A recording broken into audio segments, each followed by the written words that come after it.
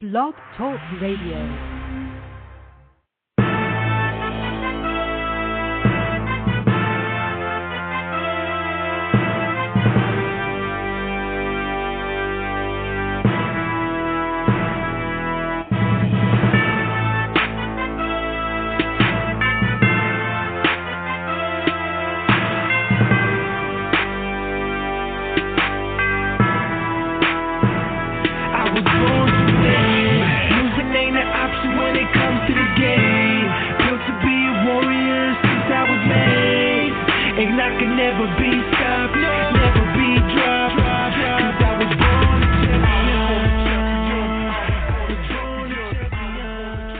Welcome back to Real Combat Media Boxing Radio. This is episode 36. I'm your host, Christy Rosario, here in Los Angeles.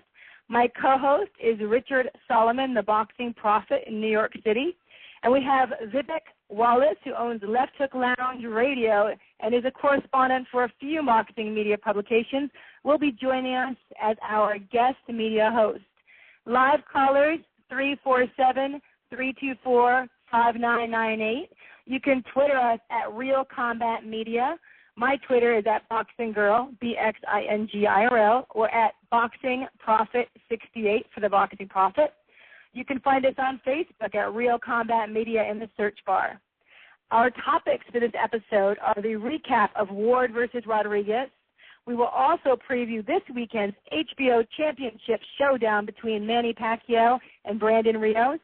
And the other fight we will preview is the UK showdown between Carl Froch and the undefeated George Groves.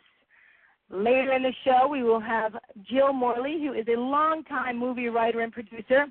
She recently wrote the movie Fight Like a Girl. And former interim WBC featherweight champion, Maureen, the real $1 Million Baby Shea. Boxing Prophet, you there? I didn't even say hello to you yet. I'm here, just a little bit hoarse from my 3-week cold, which continues to, stop me from doing certain things, but never prevents me from talking about boxing with you.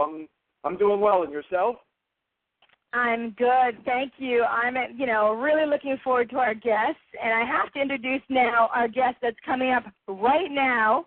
He is the former 5-time world champion, Olympic bronze medalist. He's an actor, a boxing commentator, Antonio Tarver. How are you, Antonio? Hey, I'm doing really well. Thanks for having me. It's been a minute, but I'm still here. You are. I'm glad you came on. I realized that I kind of made your name kind of Latin. I called you Antonio for some reason. Is there any Latin in you? I don't know. I guess my mom just thought it was cute. It is cute. You're very cute. That's true. Well, thank you for coming on. We've missed hearing about you, and I think we kind of stalked you to get you on the show. But there's lots of people that want to hear, what is Antonio Tarver doing today? Well, you know what? It's better late than never. I'm here, and now I have something to say. I have something to talk about. I need to, let everybody know that I'm back. First and foremost, I'm moving up to heavyweight now because I just feel like if I'm going to continue in the sport of boxing, and, I need to feel like I need to do something bigger than myself, and that's go out after the most coveted title in sports, and that's the heavyweight championship. So that's my goal. That's my dream.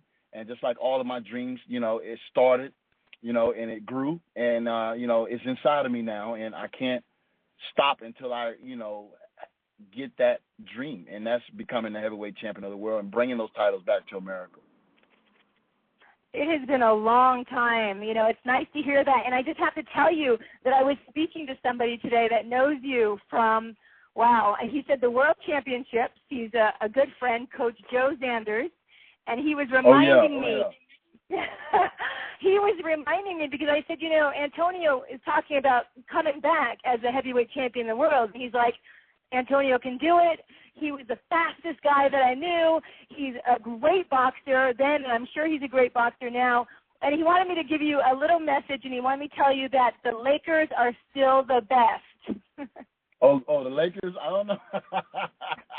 Well, hey, it sounds like that's what I love about diehard fans. You know what I mean? No matter what, they're going to stick by their Yeah. team. And I'm the same way, man. And that's great. Tell Joe I said hello. I will. He says that, I guess he was there with you in the World Championships when you won, and he said on the bus you guys used to harass each other about your team in Florida and his team out here in L.A. Yeah, well, back then, we had Shaq. We had, we had a great team, and we were right there on the verge of winning the championship, but, we couldn't get past the Lakers, and unfortunately, we still looking for that first NBA championship. Well, come on, you're going to bring home the heavyweight title. You never know. I mean, I do live in L.A., so I can't say too much, but you never know, right, Antonio? That's could it. happen. That's it. It could happen. I believe in magic. Yes, you are the magic man, of course, definitely. Well, I want to go back to, to your Olympics. You were in the Olympics. I don't know if people really know that you were the first, and to this day, the only fighter to have won the Pan Am Games, National Championships, and the World Championships all in the same year. I mean, what an accomplishment. Yeah, that was big. I mean, 95, right before the Olympics, man, I was at my best. I peaked, and, we won everything. We beat a lot of great fighters. I remember defeating the Cubans, the Russians, the Germans. I even defeated Vasily Girov, the man I lost to in the Olympics 4 months prior in the World Championship. So, I felt in my heart that, I was on my way to win that gold medal for the country. Unfortunately, sometimes, the judges and what have you just doesn't see it your way. But, I think I made up for that in my professional career. I've reached the mountaintop 5 times, and we're going for a covenant 6 times in 3 different weight classes. So I got a lot to be proud of, and I'm very grateful that I've been able to touch and be a part of so many people's lives, along the way, like Joe Sanders and many, many more that have played a part in all my success. And I just want to continue to thank the people that believe in me, even in the darkest hours, and that's when you really find out who's not even on your team. They can be on your team, but that doesn't mean they're in your corner. I found out in the corner, and now I'm ready to move forward with the people that I know that are in the trenches with me and believe in me as much as I believe in myself. So, for any time there's obstacles in your life, you find out the real essence and the real soul of a man. And I think I've discovered that, and that's why I feel so confident in myself and my abilities. Even at the old age of 44, I'll be 45 in a couple more days, and I feel good as new. You know what I mean? And it's just a blessing that God has preserved me so very well for the big goal, and that's to become heavyweight champion. I know a lot of people may think I'm whistling in the graveyard. They thought I was crazy when I told them if I couldn't beat Roy Jones, nobody in the world could. And I did it first. I was the first man to legitimately beat him, and his career, unfortunately was downhill ever since then. Well, I'm telling you right now, just as well as I'm standing here and breathe air, if I get the opportunity to fight Vladimir Klitschko, I will defeat him. And that's my goal. But we start first with Mike Shepard right here at the BB&T Arena here in Sunrise, Florida. It'll be live on Fox Sports 1. I'm excited about it. I'm glad to be back. And I can tell you, for any of those young fighters out there, live your life clean. Love the sport that you're in, because any day it can be taken away from you. And I'm telling you, it's been a miserable year, but I've learned a lot of things, and I've learned a valuable lesson about who to trust around you and where to get your advice from. And right now, I'm back. I'm healthy as ever, and, I just want to put my boxing ability on display and let the world know that I haven't gone anywhere, and and that I'm still here, and I'm a threat to anybody that step in the ring to me, a serious threat that step in the ring with me. I want to ask you, Antonio, and I know we talked about this before, and I don't want to dwell in the past and the negative, but I do want to ask you, do you think you were used as an example? Well, I mean, I can hypothetically speak, and say whatever, but I hold no malice in my heart. I mean, I think God give His strongest warriors the biggest challenges, and like I said, there's other people who have been found once, not even once, but twice, and I don't see anybody that had a year suspension. A lot was taken from me, but I'm not going to dwell on the past because it's behind me. I know that I have a bright future, and I love the fact that I'm still here. I'm healthy, and I'm looking good in the gym. I just sparred 8 rounds. Didn't get hit with nothing. I'm sparring big guys, and I'm moving them around. I'm too fast for them. I'm hitting them with power. I'm looking good. So, the year layoff, I'm going to use it as a positive, and I'm going to use it as a plus. I've always did that in my life. Always looked at the negative and made it into a positive. And I'm going to do the same thing with this situation that I'm faced with right now. Right. And you've always claimed your innocence, that I've read, and to this day. So yes. If they say to you, we want to have WADA and USADA. We want to have every governing body for drug testing test you. Are you okay with that? I mean, I don't have a problem. I welcome it as long as they're not interfering in what I'm doing and making my job, hectic. You know what I mean? That's fine. And I want my opponent to go through the same type of test. And it's not a problem with me. I've never hid or I never had to hide in my life from nothing. I'm gonna stand up like a man every time, and I did that. You know what I mean? I proclaim my innocence. I couldn't prove what they found. And, that's what it was. They brought the hammer down on me very hard. But, like I said, it didn't kill me, so it ain't going to make me. I mean, I'm going to continue to be successful. And any of my critics out there or all the naysayers, just sit back and watch and enjoy the ride. Right. And I bet throughout this year, I think you really saw who your true friends were. I noticed that happens when people get down. Yeah, and, I mean, like I said, that was a positive. And, like I said, I'm back. I mean, Al Heyman is still with me and support me. He's working with me. So, I mean, my team is together, and they haven't forsaken me. So they still believe in me, and that's a feel good.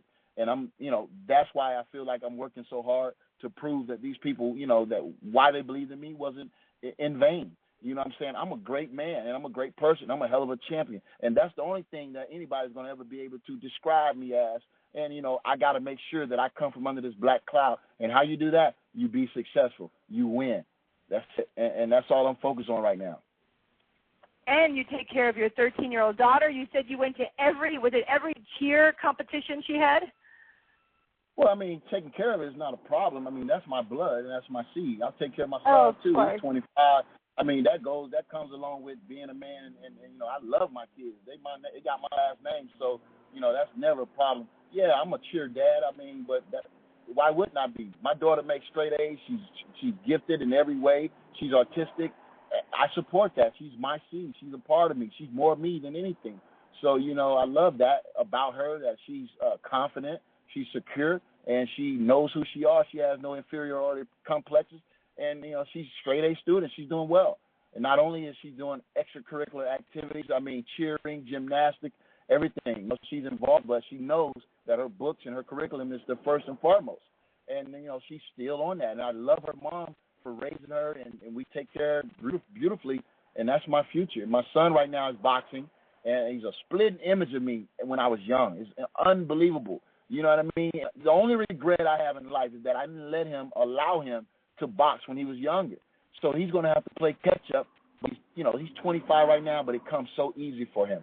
And he's southpaw, but he's right-handed. He's a natural right-handed, but he fights southpaw. If you ever seen me when I was 17, 18, 19, 20 years old, it's a splitting image. This kid is so fast. He's so elusive. He has great foot speed, hand speed, and right now I'm just teaching him. I'm working with him now. I work with him verbally. I don't work with him physically. I talk to him, and I let him visualize what it takes to be a champion, and he gets it. So he's working hard right now, and he's looking to make his pro debut on my next fight, not this one coming up next Tuesday, but the next one. So it's going to be Magic Man and Magic Man Jr. What a hell of a story. Wow, that is fantastic. And like I was saying about your daughter, I just have to bring it up because there are dads that are deadbeat dads. There are moms that are deadbeat, and you are not, and that you're going and sitting through cheer and competition and raising your kids. That's another plus that I want to bring out there for people to listen to. Well, you know what, though? I don't need nobody to pat me on the back for being a father. That's just, that just comes naturally because I love mine. You know what I'm saying? I don't need no heroes or no cheers because I'm a father. That's expected. You're supposed to be a father if you have kids. That goes without saying. So I don't need to be congratulated for that. I love my kids. And if you love something, you're going to do what's right. And that's it. I mean, that comes naturally. Of course, that is true. Well, I agree. And I want to go back, though, a little bit because, you were in Rocky, and that was actually, I love the Rocky movies. Rocky Balboa was a fantastic movie in 2006, and we loved it. I wanted to ask you, did you love it as much as we loved watching you in it? Oh, man, I can't even describe that. I was on cloud nine for 3 months. I couldn't believe that it was even happening right before my eyes. I mean, I was the biggest Rocky fan and still am the biggest Rocky fan. I love Sylvester Stallone, and I appreciate him for giving me the opportunity of a lifetime. I never thought in a million years that, I would be co-starring in that type of motion picture, that type of franchise of a picture in my life. And, guys like Burt Young and people that I was able to meet and share the platform with, it's an unbelievable experience, and I'll never forget it in all my life. And I'm just grateful. And, again, boxing gave me that opportunity. And, I'm forever grateful. And, it was one of those things I look back at right now and get chills for even being a part of. And I did my best. I felt like I did the best I could because I knew Sly wanted me to perform. I think I brought it to the table. The fight scenes, can speak for themselves. And I'm, like I said, I'm a million times grateful for that opportunity, for him giving me that opportunity. He could have picked anybody. No, it was great. You were Mason the Line Dixon, and your acting was really good, too. Did you have acting classes beforehand? I mean, I've been having to reinvent myself for years, and I'm going to do the biggest magic trick of them all right now in this last chapter of my career. You know what I'm saying? I'm going to reinvent myself to become the heavyweight championship. This is what we call a real-life Rocky movie. This ain't no script. You feel me? This ain't no lead or no lines.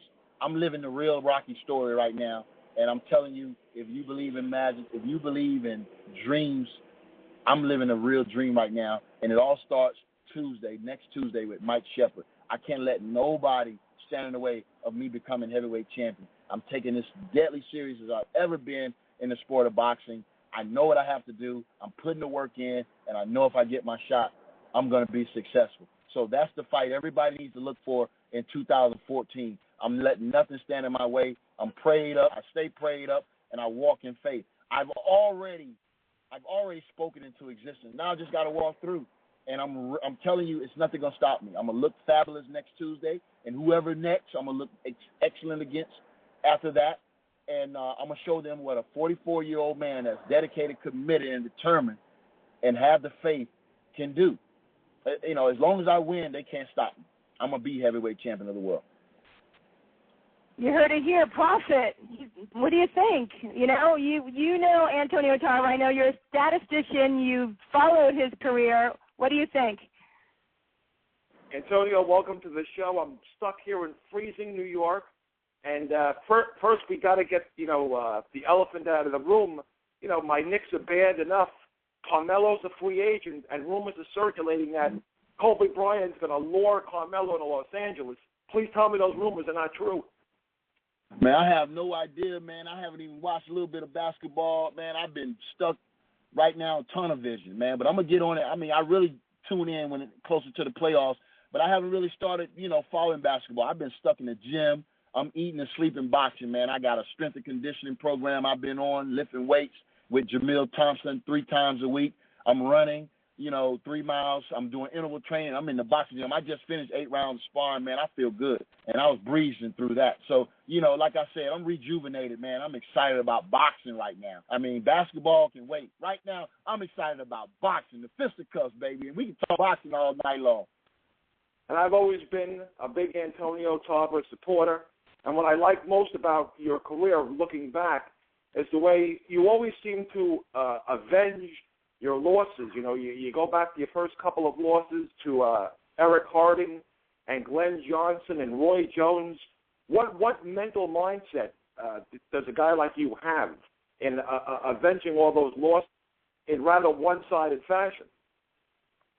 Well, I mean, focus, man. I mean, for whatever reason, I don't know why, and that's why I have to commend guys, or the guy. There's only one guy that has really had that type of mental focus for such a long time, and what makes him a great fighter and what makes him separate from any other fighter out there today, Floyd Mayweather. I mean, I don't know how he's done it for so long and stayed on top for so long. It's hard. I mean, that's the hardest thing to do. So I got to commend my partner, my Olympic teammate, Floyd Mayweather, man. I mean, if I knew his recipe, we wouldn't be here talking on this phone right now. You know what I'm saying? But like I said, he is the best pound-for-pound fighter because his mental resolve is unbelievable. It's unmatched. And like I said, for whatever reason, sometimes life is challenging. You know what I'm saying? And sometimes life gets the best of you, and you lose focus on what you need to be focused on. You know what I'm saying? And so that sometimes gets the best of most athletes. You know what I mean? Coming from where we come from, the majority of where we come from, it's hard to stay focused and keep that tunnel vision on the next step. You know what I mean? So, but I'm grateful that I've been able to right a lot of the wrong that happened in my career. I came back and avenged a lot of the losses that I had. The only one man I didn't avenge a loss to, it was a great light heavyweight champion in Chad Dawson.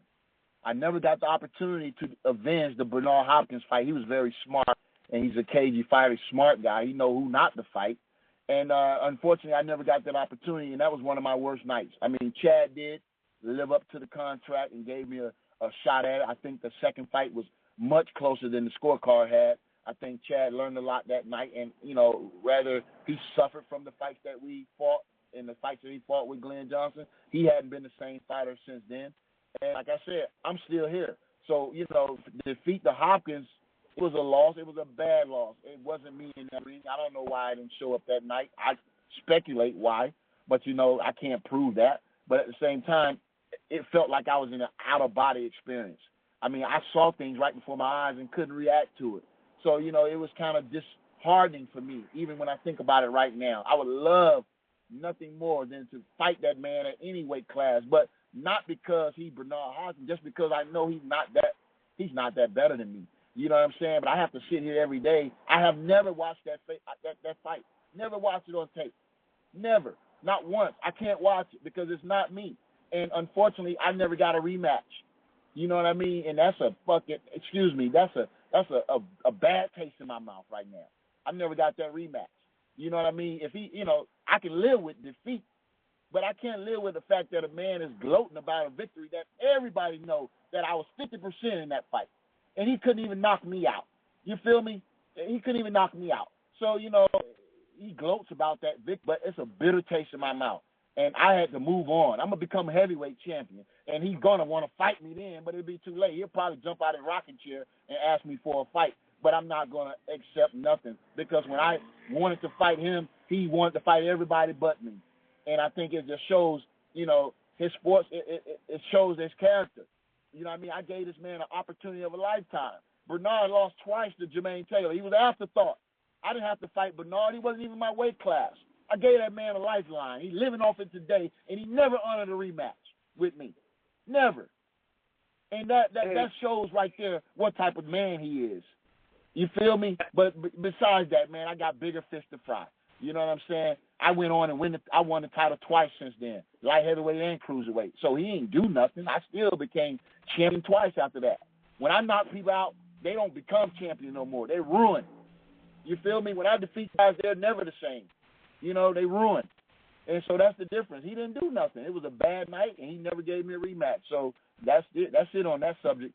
But, you know, like I said, I'm excited to be back and the Magic Man back. And it's going to be a new face in boxing next year because when I win that heavyweight title, that's a wrap. It's a wrap. I mean, and, you know, I'm going at him. And you can also tell the fans the truth. You know, I always thought that since you made the Rocky movie that year in 2006, you had to come down and weight in a quick amount of time to fight Bernard Hopkins. And I knew from round one. And I, you know, had no interest. I respect both you guys, so I wasn't rooting for anyone. I just wanted an entertaining fight. But right then and there, I knew from round one that you didn't really have your weight in because of the weight. I mean, how much weight did you lose after filming the Rocky movies, going all the way down and fighting Bernard Hopkins? You must have, had to drop 25 pounds? I wish it was 25 pounds. I weighed in for the Rocky movie 233 pounds. I lost 50-some-odd pounds, but at the same time, I never made any excuses. All I wanted to do was give me another shot. You know, give me a rematch. I needed a tune-up fight. I didn't have no business coming right back fighting Bernard, but, you know, I was a champion. I was a champion 5 times, and guess what? I never fought a mandatory challenger in my career. I never fought a mandatory challenger, so I never hid behind no belts. I always fought the next best guy. I always fought the biggest name, the next guy, every time. These guys hide behind mandatory challenges. They don't want to fight the real guy that they're supposed to be fighting. They want to, you know, milk the game and all that. I mean, you know, I'm a throwback fighter. I don't care who it is. Whoever think they can whoop me, come on, step up. I called out a lot of guys. I don't never hear nobody calling my name out. Tell me who called my name out. I ain't show up. It's true. You have a very valid point. And going back to every generation has a knockout that they fondly remember, whether it's one-punch brutal knockout, whether it's Thomas the Hitman Hearns over Roberto Duran, Juan Manuel Marquez over Manny Pacquiao.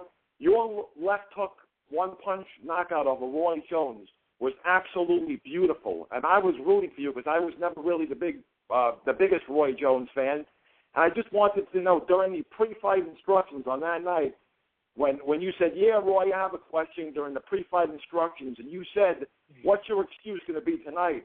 Was that planned before you even entered the ring, or was that just something that came to your mind right then and there just to intimidate Roy Jones? Man, I mean, I didn't know that would intimidate him. It didn't matter to me. But, like I said, building up to that whole fight, my whole thing was all I heard was commentators, experts, TV announcers, and anybody else that was a Roy Jones fan saying everything but the fact that Antonio Tarver got in your ass the first night y'all fought. Nobody was giving me credit for nothing. Oh, it was Roy Jones had to come down and lose 20 pounds. He put on muscle. Okay, I did that every fight I fought light heavyweight, every fight. So, I wasn't really buying into that. But, Roy Jones had a second chance at it. He prepared. He came to fight me. And, I knew. And you go back and look at all the clippings, find them, ESPN, all the shows that we got interviewed on. I told everybody leading up to the fight, I got to knock him out because I got to take it out of the judge's hand. They're going to rob me. I told everybody I was going to knock him out before it even happened. You the prophet, but I prophesied what was going to happen, but nobody couldn't hear me. You know what I mean? I told the world that, and it happened, and I walked through faith. Just like I'm going to walk through faith if Vladimir step up and fight me. I'm going to walk through faith. Anybody step in the ring with me, I'm going to fight and let it out. I'm going to let out my skill and my ability and my God-given talent, something that I don't think everybody really don't see it. They haven't seen it, and I'm going to show it to them, even at my age. My age ain't nothing but a number. I don't know why I'm different. You feel me? I just am. You can't handicap me. I just did 8 rounds, and ain't nobody in this gym 40 years old. You know what I mean? And I'm fighting. I'm sparring 245, 50-pound men. Every time they hit me on my arms, I feel it. But I'm in here working, and I did 8 rounds like it wasn't nothing today. So, like I said, I don't know why. It's just me, and it don't make me better. It just make me different. And so, my whole thing is, man, I'm just thankful to be back. I give all the glory to God, and like I said, I'm not a religious guy, but I'm spiritual. You know what I mean? But I'm ready to conquer the world. And once again, like I did when I beat Roy Jones and when I became 5-time champion. I mean, I don't know how many people can say that. I don't know how many Hall of Famers, walking around and say they 5-time champ. I climbed that mountain 5 times. That shows you that I have the intestinal fortitude to do what I say I'm going to do. You know what I mean? When I put my mind to something, that's it. I'm already, can't nobody change my mind unless they beat me. So I'm not going to change my mind. But, yeah, I'm going to be heavyweight champion. I'm going to walk through it. And like I said, that night with Roy Jones, it was just one of those nights that I had to, I don't know. I just think I walked through faith, and God had his hand in it. And I worked and trained like I was a madman. And, I knew I had what it took to beat Roy Jones. And then I was man enough to get a man a trilogy. And that's how you speak about and respect the champion. You know what I mean? I didn't have to fight Roy Jones 3 times, but I fought the man because he wanted another shot. But, that's the difference for me and these other champions. And Roy came to fight. And I think in the 5th round, he had the best round he's had in all the rounds that we had. He hurt me in the round. He caught me with some good shots. He was fast that night, but I was focused. A lot of people get distracted when they fight at home. But it's hard for somebody to beat me in my backyard because, like I said, these people that I know and love and people see me every day, a lot of people get distracted when they fight at home, but I get focused. You've seen a lot of people host big fights in their hometown. They end up losing and getting knocked out because they not focused on what's in front of them. But Roy Jones came that night to really win. He had his daddy in his corner, and, he was sharp that night. In the 5th round, he caught me with some body shots, caught me with a good uppercut on the corner. I mean, I'm like, whoa, and he was fast that night. But I walked through it, man, and I beat him again. And so it was no doubt who was the best fighter. You couldn't blame it on the weight loss. You couldn't blame it on anything, and I have a lot of respect for Roy Jones. And I think if it wasn't for him, I don't know if I would have, worked as hard to become champ. It took a great fight in front of me for me to reach that pinnacle. And, I thank Roy Jones for being as great as he was. Absolutely. And for the record, I am the boxing prophet. I thought you'd win the second match by a decision. I had no way of knowing that you would knock him out cold in the second round. I thought you would do to him basically the way the third fight went. You'd win a decisive decision. But like you said, Roy brought out the best in you, and that's why you're a future first ballot Hall of Famer in my eyes. But real quickly, because I know other people want to ask you questions as well, I want to talk about the up-and-coming fight with Mike Shepard. On paper, this fight looks like it shouldn't go past 5 rounds. I'm predicting you to win by an easy 5th-round knockout, but sometimes even the best fighters, I believe the expression is they fight down to the level of their opposition. Maybe you want the fight to go more rounds so you can get, some exercise in there. Are you going to go in there to make a statement and try and knock Mike Shepard out early in the first round to prove to Klitschko and all the other naysayers that Antonio Tarver is here to win the heavyweight championship of the world, or are you going to in spots maybe fight down to the level of your opposition and work on your endurance and carry him a couple of rounds? Well, what do you have in mind for this fight? I mean, I don't know. My whole thing is that I never try to fight down to an opponent. I mean, but the guy's a heavyweight. He's a bona fide heavyweight. I mean, I'm a smaller heavyweight. I'm probably going to weigh about 215. I mean, I feel like I can rock and roll with anybody. But, the guy's a heavyweight. So anytime you're in there with a legitimate heavyweight, he got natural punching power, undoubtedly. So, the guy has been hit by bigger guys than me. And hopefully, when I do hit him, he feel it.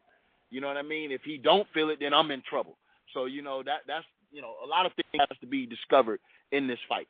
I fought once at heavyweight, Nagy Aguilera. He's going to be on the undercard. He's a good journeyman, fighter, fringe contender, whatever, But he was a tough fight for me. I went 10 rounds. I hit him with everything, and for some reason he wouldn't go. So I don't know if it's going to be something like that. I don't know if I'm able to hit him on the button and hurt him and get him out of there. But yeah, of course, every time I step in the ring, definitely now I got to make a statement. I got to let these people know that I'm a serious threat. And I'm not joking when I say I'm ready to conquer the world at heavyweight. I want to bring those titles back to America, man. I mean, the heavyweight needs a face.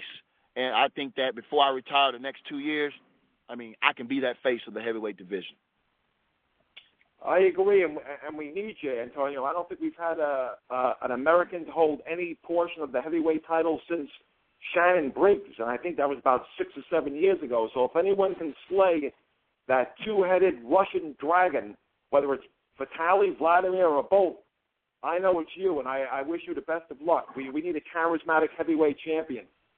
Thank you, man. I'm going to let you know that I'm working hard, man, and like I said, if people don't believe in magic, once they see me, they see my body tone, and not this fight particularly, but even the next fight. I'm on a year program. I'm on a year mission. I'm going to take a week off, and I'm going to do something I never did in my whole career. And that's get right back in the gym. I'm going to continue to work to get stronger. I'm going to continue to come to the boxing gym to get better. And I don't know if anybody can beat me when I'm at my best like that. When I make a commitment to make boxing my life for the next 2-3 years, as long as I fight, I don't know who's going to beat me because I've never done it before. But that's what I'm going to do, and I promise that to my daughter. I promise that to my son. I'm going to be a boxer, number one, before I'm anything else. And I'm going to be a champion. And when I win that heavyweight crown, man, it's going to be jubilee. I'm going to show these people that can't dream and refuse to dream that you can't be crippled. You got to go out and you got to do the work. And you can become anything you want to become. Antonio, I want to ask you your opinion on another fight, on Manny Pacquiao and Brandon Rios. Can you give us your opinion on that? Yeah, I mean, you got to take your hat off to Manny Pacquiao. Coming off a devastating knockout.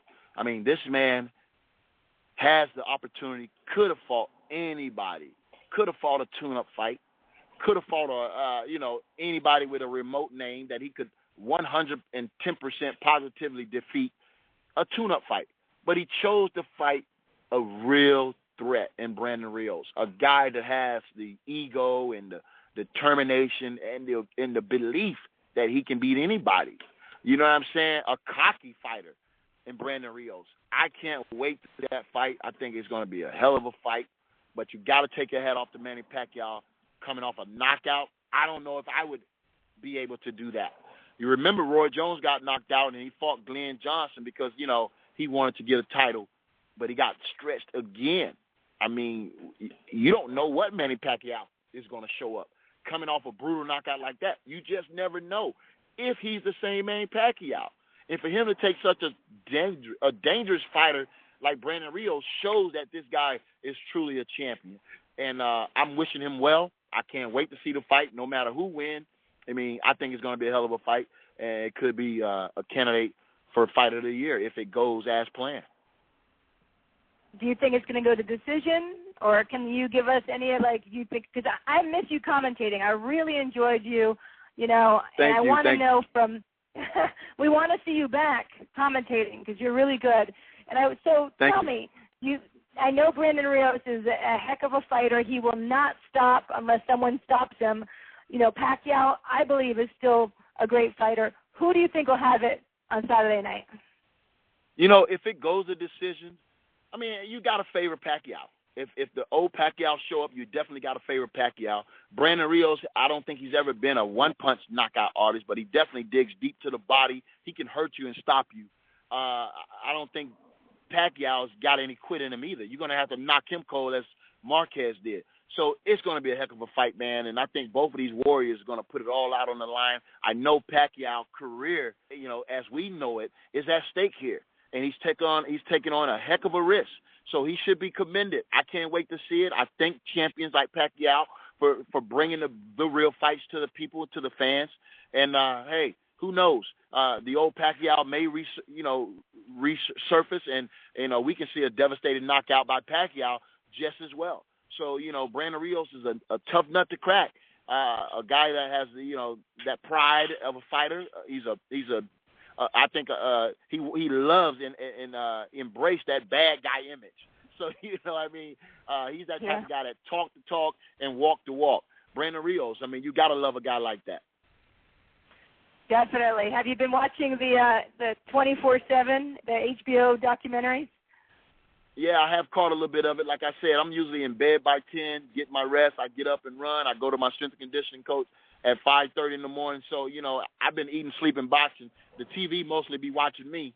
So, I'll get back to real life after next Tuesday and celebrate my birthday. I can't even celebrate my birthday until after the fight.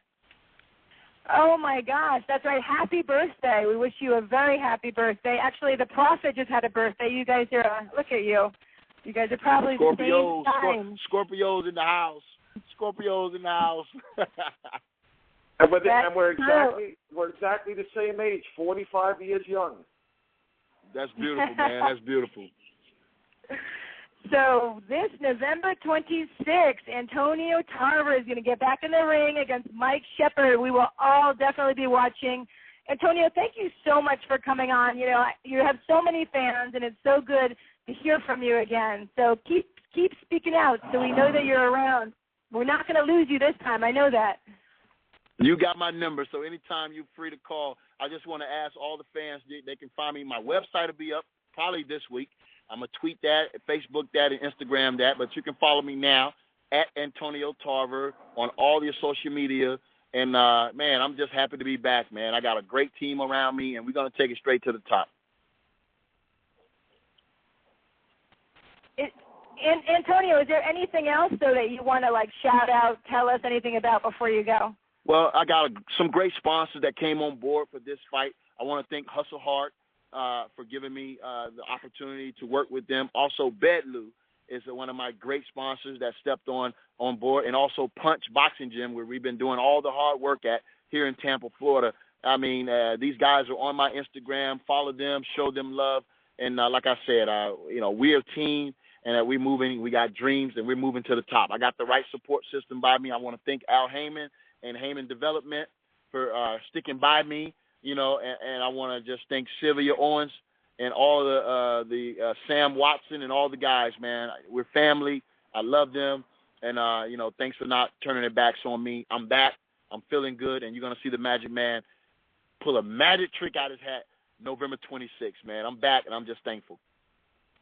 Definitely. Thank you so much for coming on. We'll all be watching, and, hopefully you'll get that gig back so we can also watch you commentate, because I think you're very intelligent and you have a lot to say and you're passionate.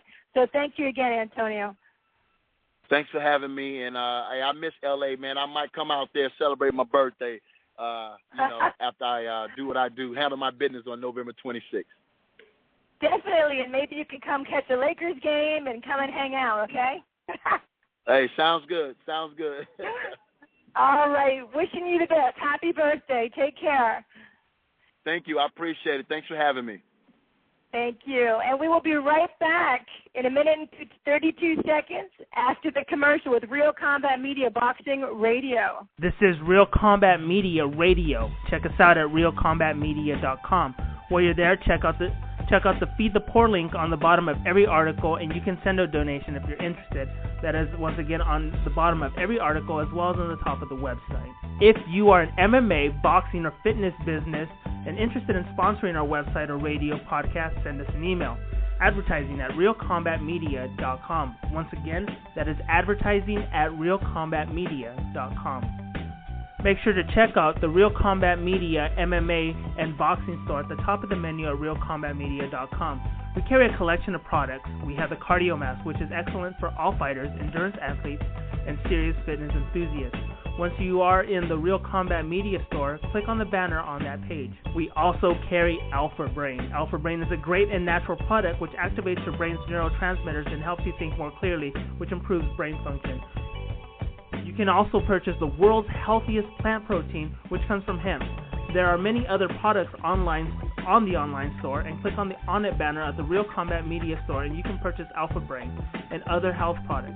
Use the discount code Real Combat Media, and you will receive 10% off at the checkout store on the On It. That is ONNIT on the banner at Real Combat Media store. Buckle up. Here we go. Let's get this show started. Welcome back to Real Combat Media Boxing Radio. This is episode 36. I'm your host, Christy Rosario, here in Los Angeles, with my co-host, the boxing prophet, Mr. Richard Solomon, all the way in New York City. Live callers, 347-324-5998.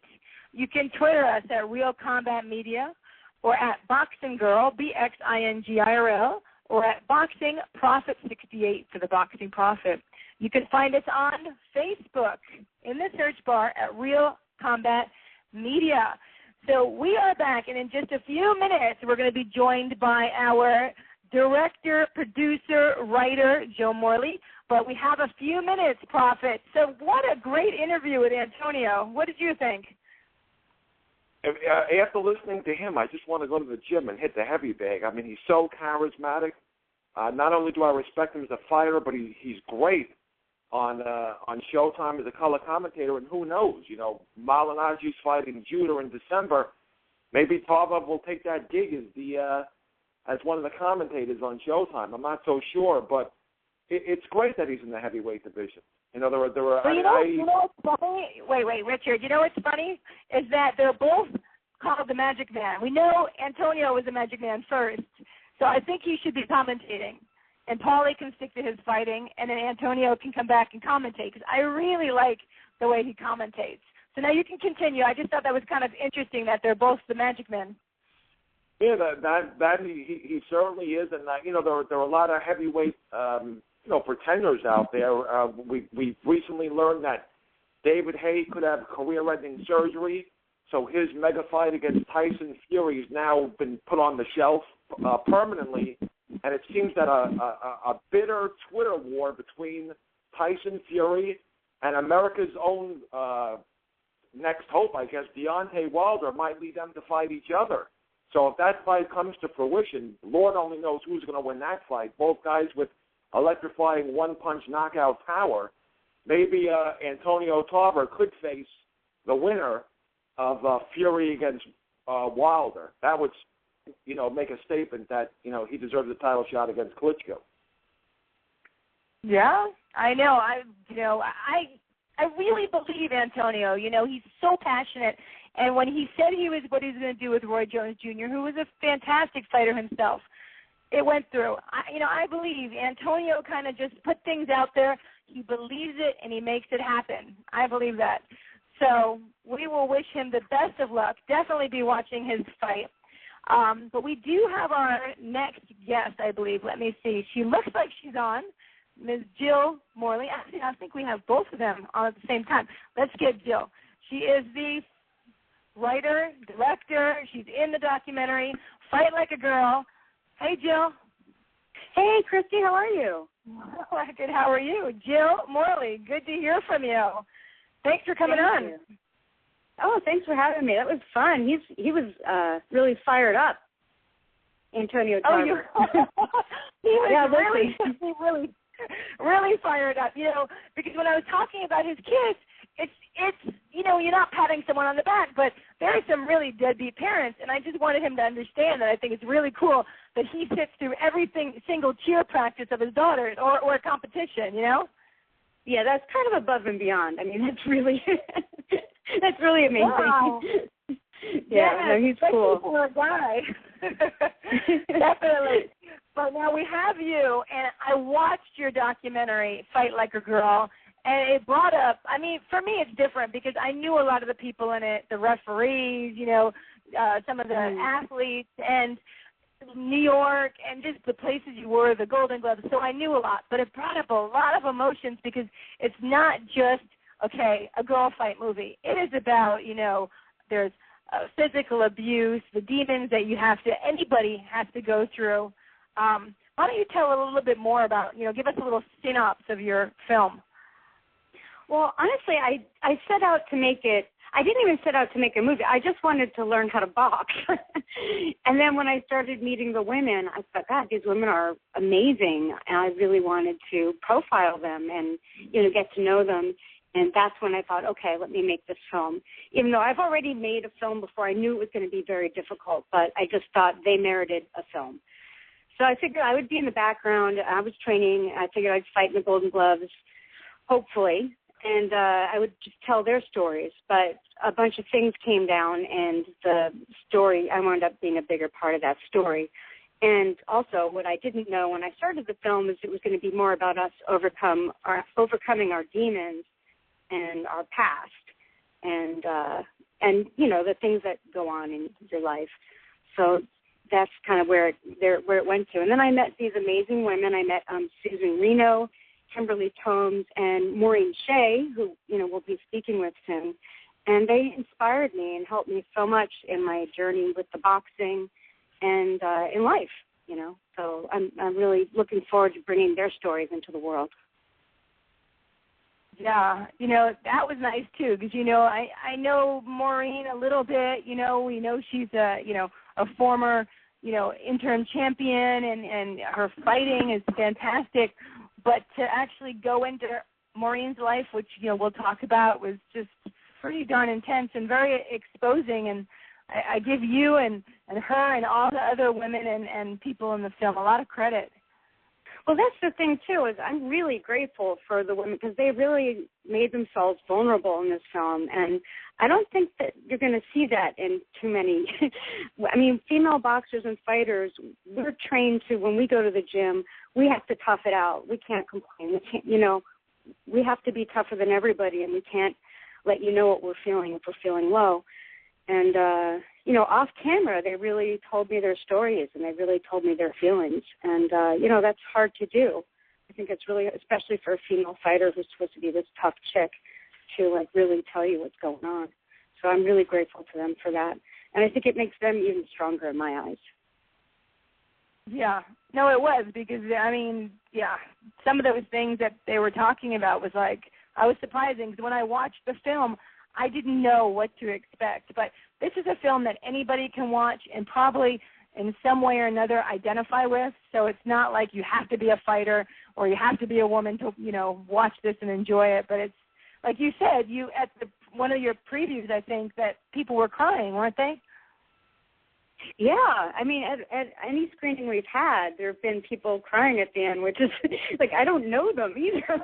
If I know them, I'll be like, oh, okay, thank you, But, strangers who are just really affected by the stories. And, that makes me feel good that they were moved by it, that someone was moved enough, and hopefully too, we're trying to use it to screen at women's shelters and to inspire people. I teach boxing clinics along with the screening sometimes, to little girls, give them an outlet for their aggression. And it's funny to look at boxing as a healing thing because it's such a violent, martial art. But it's actually, I think, has helped a lot of people get through a lot of stuff. Yeah, it's funny because I don't think of boxing as well, I want to say I don't think of it as violent because I think of it as such a sport that it's hard for me. There's so many other things that I think it's kind of violent when cheerleaders throw each other up in the air and drop each other on the head. But, and pull each other's hair. And exactly. That's what I think is more violent. But now in December you said that you have a premiere, don't you? Is it the 6th or the 7th of December in New York City?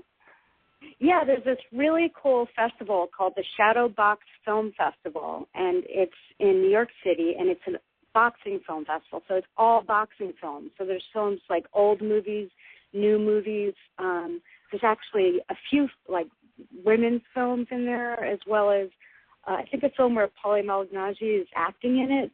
There's all kinds of different films. It's going to be great, and it's at the School of Visual Arts, and I guess people can look it up on the Shadow Box Film Festival website, or they can look it up at fightlikeagirlthemovie.com. I have screening information there.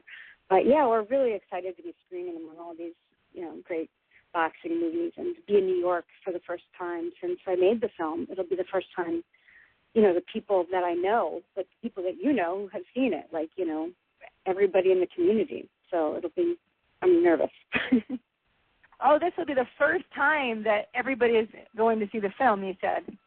Wow. Yeah, the girls in it, the officials, the coaches, everybody, as you know, there's it's a huge world, the cut men, it's all encompassing. And you see the same faces when you go to the fight. And same here, too, in California. You kind of start seeing the same faces over and over again, and you get to know the community. So that's, it's going to be exciting, and it's also going to be a little nerve-wracking because, we're exposing so much, and it'll be interesting to see how it goes. Well, it was really done really well. I mean, even the photography and the music that you picked, everything I really, all my senses, I really enjoyed it. So I don't think I know you'll be nervous anyways, but I don't think you have anything to be nervous about because it's a fantastic film. I would love to see it go mainstream for yourself, I think it's great. Thank you. I appreciate that. You're welcome. Hey, Prophet, would you like to ask questions here or anything to tell Jill? Sure. First, I want to know, Jill, how do I get invited? Because I live in New York, in Long Island in New York, so I would love to go to this film festival. Is it open to the public, or how do I go about it? Yeah, it is. I'll send you an invite. I don't know how I can publicize it more. I'll send you an invite. Or go to fightlikeagirlthemovie.com for, actually, I'll invite you. So Christy will just hook us up afterwards because I'd love to meet you and have you come see it. Yeah. That's great. I mean, I saw bits and pieces of it, on the computer, but I want to go to to an actual theater to get, it's always better to see it live, via film than on the computer. But what I love most about this movie, from the little bit I saw, was that it's not only about boxing. Just like Rocky's is also a love story, not only about fighting. This is about people, just dealing with abuse and trauma and mental illness and healing. And it's very, very inspirational. A lot of people think boxing is this, violent sport. And in some movies, like you take a look at Martin Scorsese's epic film Raging Bull, which everyone loves, that depicts Jake LaMotta's, violent life. This is more, female boxers overcoming the odds and just dealing with issues outside of the ring as well as inside the ring. And it's a very, very inspiring film, and I can't wait to get to this film festival to see it. Oh, thanks so much, Father. The cool thing is we are channeling it into a sport, like Christy's saying. I mean, this is a sport with rules. We wear gloves and headgear, and so there's this visceral aspect to it, you know, where we can channel our aggression. But now we have a place to do it that has rules, you know, and we get to use ourselves in a physical way. And some of us are very physical people. I've been physical my whole life. I was a tennis player. I played for my college. I taught tennis. I was a tennis pro in New York when I taught tennis. And so this was the obvious natural progression, is to take up boxing as I got older. I really should have done the opposite, right, of going from being a boxer to a tennis player, but I didn't. But yeah, so I think it's a great outlet for people and a great channel. And, you know, that's why I like to teach the clinics. I just see the kids get so much out of it, you know. The parents tell me that, you know, they do their homework, they go to bed on time, they're more relaxed and they're happier and more confident. So I see it at work, and that's the thing that makes me happy. And so many really people. Nice. Oh, I'm sorry. It is very, very nice to be quite honest, because I drive around in my local area and I see so many karate places, you know, for kids, and I just wonder why there aren't any more, you know, places that teach boxing. You know, people think of boxing and they think of, you know, brutal knockouts. I think of boxing, and I think I've always been a big fan of the sweet science, the art of hit and not getting hit, and I think more people should take boxing lessons, whether they're adults or kids. But I also read in an interview that you did to promote the film, and I love this because most people who think of, you know, knockouts, they think of classic one-punch knockouts to the jaw, but you said that the first time you were in the Golden Gloves, what really hurt you the most is a shot to the solar plexus, and that's what I've been, you know, saying for years. And Christy also, it's nothing like a good body shot. Body shots really, really sting you, probably more so than shots to the chin. Yeah, no, the only time I've ever, like, in sparring, like, had to take a knee was because I got right in the middle, right in the solar plexus, and it was on an inhale, so I lost my breath. Like, that's the only time. Any other time, I was like, okay, boom, I'd get back up, you know. But that'll do it, you know.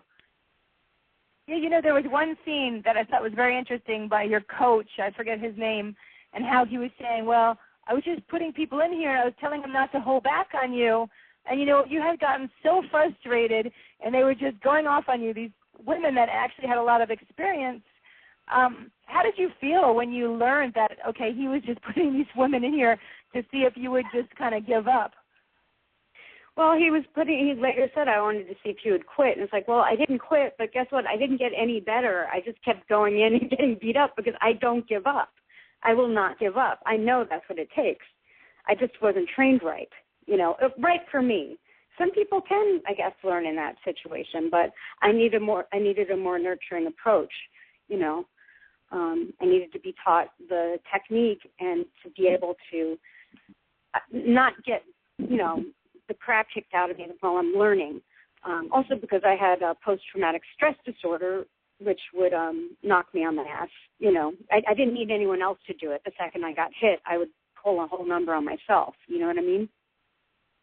Yeah, exactly. Yeah, I remember when you said that to him, too, in there, and I'm not trying to give away your film, but it was really interesting, you know, when you said that to him, and he goes, yeah, but you didn't go to war. Yeah, well, that's the thing. Most people don't understand it, and, you know, although, you know, in the boxing world, a lot of people have had a traumatic life and, you know, had to be tough, and it's part of, it's like it's a gift and a curse, you know. Exactly. Prophet, do you have any other questions you want to ask Jill, or statements? No, comments? I mean, I'm very excited to see your movie, and they're showing. You had said they're showing other movies as well, because I know that one of my favorite fighters back in the '80s, Ray Boom Boom Mancini, recently released a documentary of his own. I believe they showed it last year. I want to be able to see it. I live in L.A. now. I lived in New York during the making of the film. But, yeah, I believe they showed it there last year. There's going to be a ton of great movies there. So Shadowbox Film Festival, if people want to Google it and you live in New York, you should check out all the films there. Wow. So, Jill, you're going to hold on. We're going to go to a commercial. We're going to come back with Maureen Shea, which I'm excited about. She's a real $1 million baby. So you don't go away. We'll be right back in a minute and 32 seconds after this next commercial with more of Real Combat Media Boxing Radio.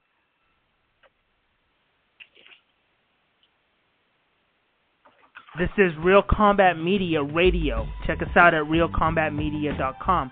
While you're there, check out the Feed the Poor link on the bottom of every article, and you can send a donation if you're interested. That is, once again, on the bottom of every article as well as on the top of the website. If you are an MMA, boxing, or fitness business and interested in sponsoring our website or radio podcast, send us an email. Advertising at realcombatmedia.com. Once again, that is advertising at realcombatmedia.com. Make sure to check out the Real Combat Media MMA and boxing store at the top of the menu at realcombatmedia.com. We carry a collection of products. We have the Cardio Mask, which is excellent for all fighters, endurance athletes, and serious fitness enthusiasts. Once you are in the Real Combat Media store, click on the banner on that page. We also carry Alpha Brain. Alpha Brain is a great and natural product which activates your brain's neurotransmitters and helps you think more clearly, which improves brain function. You can also purchase the world's healthiest plant protein, which comes from hemp.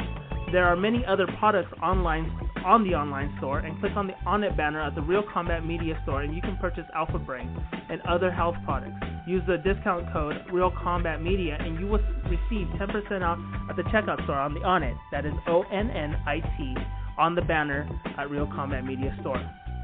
Buckle up. Here we go. Let's get this show started.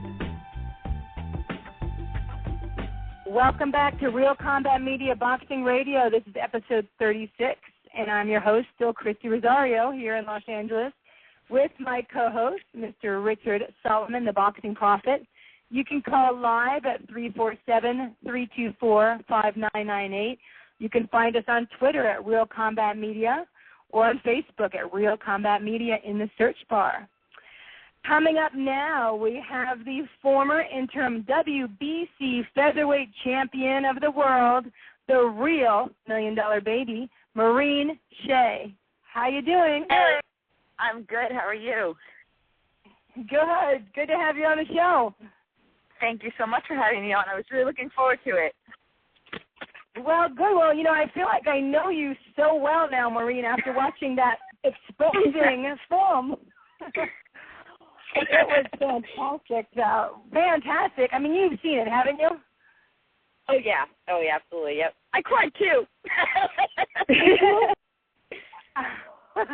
Well, I'm going to tell you, honestly, I actually cried at the end, too, because it just brings up so much. It's just, your mother must have cried, Maureen. My mom actually didn't see it yet, but I think when she was doing it, she knew. My parents had been through so much with me, and this was the first time I was actually, it's funny, I didn't even realize this was going to be a film while Jill was interviewing me. Like, I didn't think about it. I was just being honest, and I felt safe because of the person that Jill is, and I remember when she came to me, and she asked me, and I'm just like, okay, but what she says about, how we have to go into the gym and put on this, like, facade and not let anybody see, I mean, it's so true. Nobody knew, and people judged me a lot, growing up, and also when I went to the gym, because they looked at me. I mean, I had doors closed in my face because they're like, well, you don't look like a fighter. And I'm like, these people have no idea what I'm battling inside. It has nothing to do with actual physical boxing. It's like this demon that's inside of me that I just want to beat it out of me, and I don't know how to do it. And these emotions and the depression and everything, and I don't know how to get it out. And, it was crazy when she came to me, and I was like, oh, I can talk about this now. And I found somebody that I could relate to, because I was very closed up in the gyms. Nobody knew. I didn't feel a connection with anybody like I did with Jill, which is why she's one of my best friends now, that I could actually be vulnerable with, that was being vulnerable too. Mm-hmm. Right. Well, how did you, though, Maureen, how did you and Jill realize that you had similar? We'll have to tell people that, in real life, you were physically abused by your boyfriend, right? Mm-hmm. And Jill was physically abused by her mother. So you had that in common, but how did you guys find that out? Well, she came to me and asked me, just to, everything that I told Jill at the time, I was actually doing $1 Million Baby as well. So everything I told Jill, I was telling Hillary for Maggie, for the character, because Hillary was asking me, like, so, I said, she just asked me questions, and I would just tell her my story, like, how did you get into boxing? Like, just basic stuff. So I wanted to give Hillary as much as I could of the real me, which is why when she asked me if I wanted to read the script to $1 Million Baby, I said no.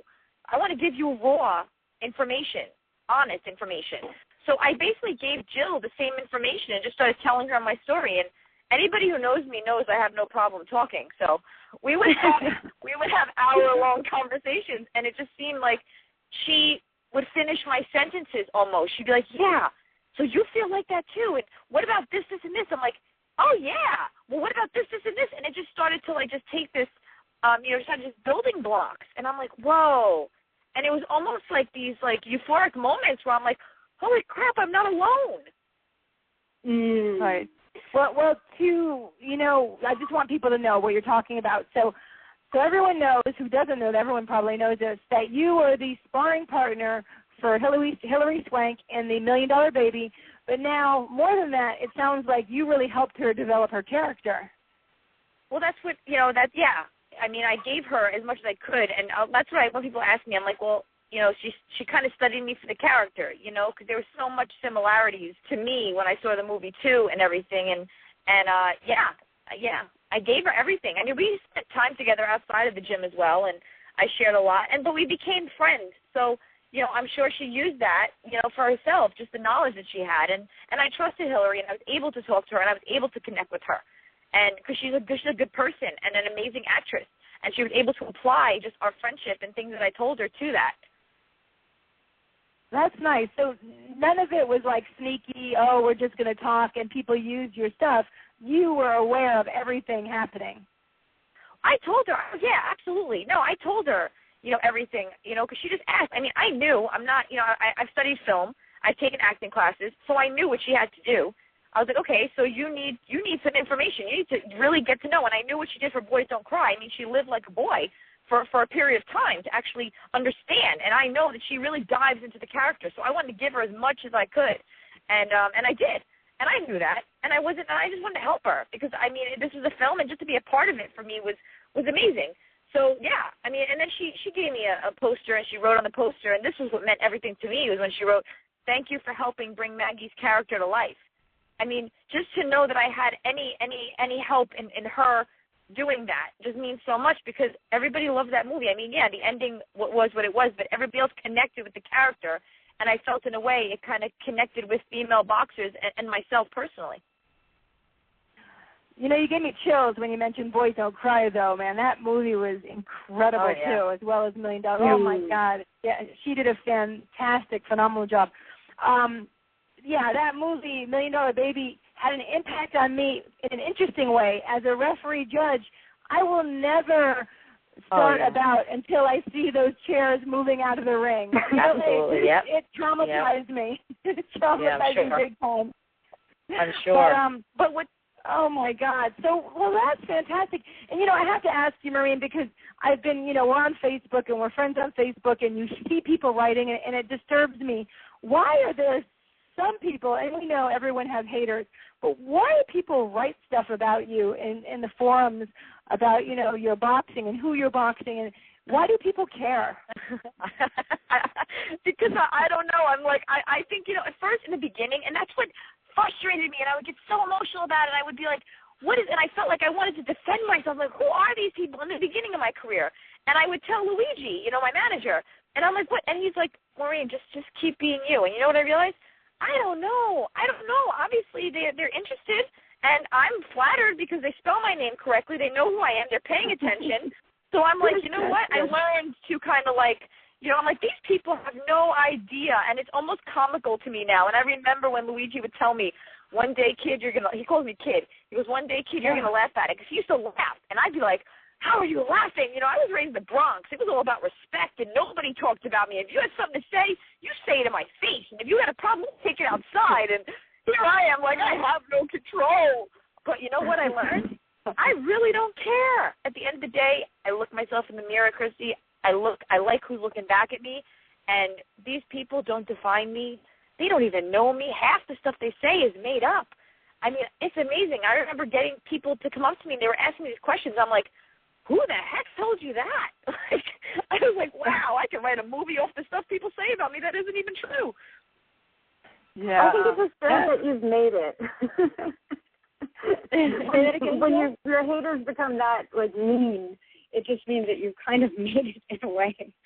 And people don't understand what you're going through, what your strategy is, so they're going to talk. But no, I don't know. I love who Maureen is. She was inspirational to me, and I'll never forget that. You know, with the training that we did and just getting to where we did mentally, both of us. I mean, and it was kind of cool that she helped me. I could get in the ring and spar with this woman who's like an amazing boxer, and she would be gentle with me, and she'd let me learn, you know.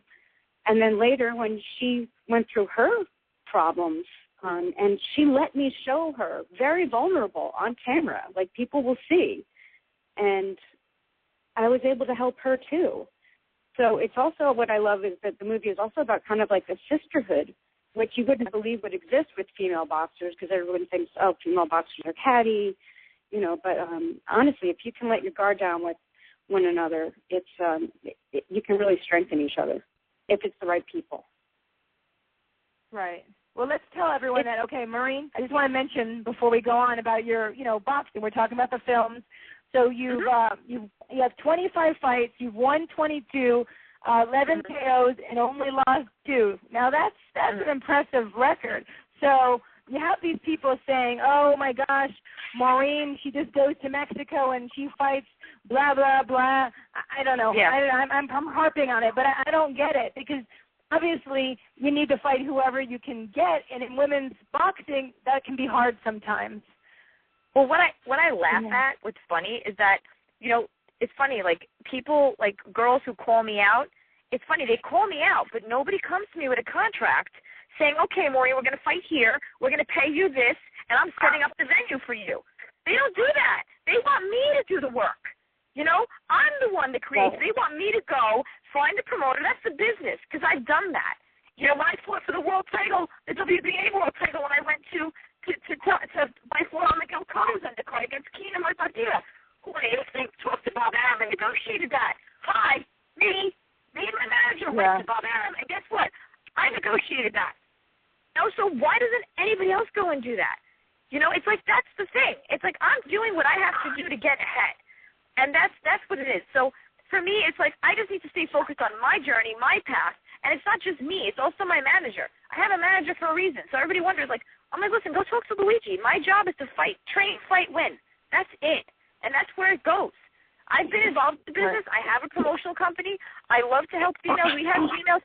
We have a girl, Jennifer Salinas, who just won this past Saturday. She just won a world title, WBF world title in Bolivia. We have Jennifer Hahn. We've worked with all these girls, and we have Alicia Ashley. We have. I love these girls. Yeah. I walked Alicia into the ring in Mexico for her world title defense. And Alicia, me and Alicia have known each other since day one. We used to spar at 6 o'clock in the morning at Gleason's, and I look at Alicia, and I'm like, just to be connected with a woman like her, to be able to help her now the way she helped me, we're a team. And we're doing what we have to do. Well, let me just tell you about Alicia Ashley. Alicia and I both won the Nationals the same year, and we were on the U.S. team together. So I know Alicia, too, and she's fantastic, and I congratulate her 1,000 times for still boxing and fighting. Wow, a true champion right there. And you know what? You got a girl like her, and she's got a manager like mine. I've been with Luigi since I was 21 years old. That's 11 years. Me and him have had this relationship. And, and I'm glad that other people are seeing the kind of person he is. He's a good person. He's a quality manager. He believes in the people, and he cares about the fighters. He's not the kind of manager who's going to send me here. I told him, I'm moving to California. I just want to let you know. So we got to make this work. He said, okay, we'll make it work. He trusts his fighters, too, to make the decisions they need to make as far as living and training and everything, but he handles the business because that's his job. That's what he does best. He doesn't tell me how to fight. I don't tell him how to manage. Well, very cool. Yeah, Luigi, I've never met him in person, but we're Facebook friends, like so many. It's awesome. I want to ask you also about, in the movie, you're in the Irish Boxing Hall of Fame. Did I say that correctly?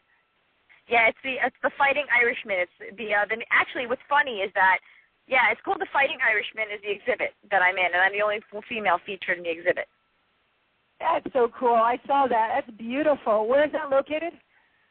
Right now, it's in Ireland, and what's really interesting is this film festival. I don't even know if Jill is aware of this, but the film festival that we're going to be in December, I was filmed by Sandy Botcham.